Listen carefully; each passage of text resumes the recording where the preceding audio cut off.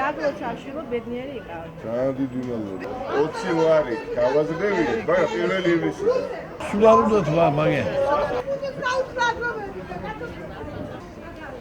გაიხადე.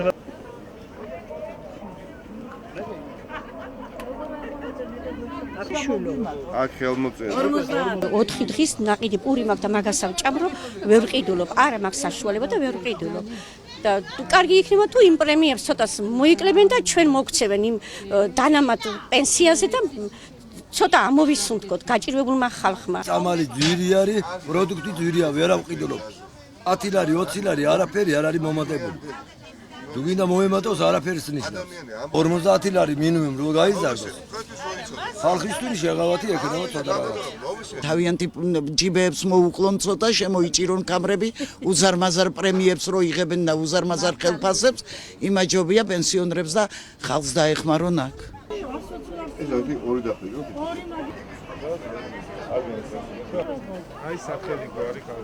საყოველთაო მოთხოვნა ხელისუფლებისადმი, რომ პენსია გაიზარდოს 2016 წლის იანვრიდან 50 ლარით და არა 20 ლარით 2016 წლის ივლისის თვიდან, რომელიც გამოუგლიჯეთ და ვაიძულეთ რეალურად ხელისუფლება იმ კამპანიის შედეგად, რომელიც ვაწარმოეთ. ჩვენ არ ვთხოვთ ხელისუფლებას ისეთ რაღაცას, რაც ვიცით რომ ვერ შესრულდება. ჩვენ ვთხოვთ ხელისუფლებას იმას, რისი გაკეთების საშუალება აქვს. დღეს ხელისუფლება 456 მილიონ ლარს ხარჯავს დანამატებში და პრემიებში და ისედაც მაღალი ხელფასები აქვს.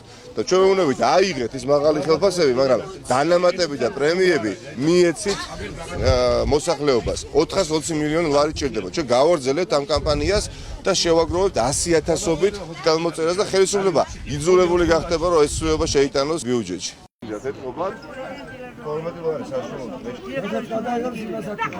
რა რო გადაგაგინა.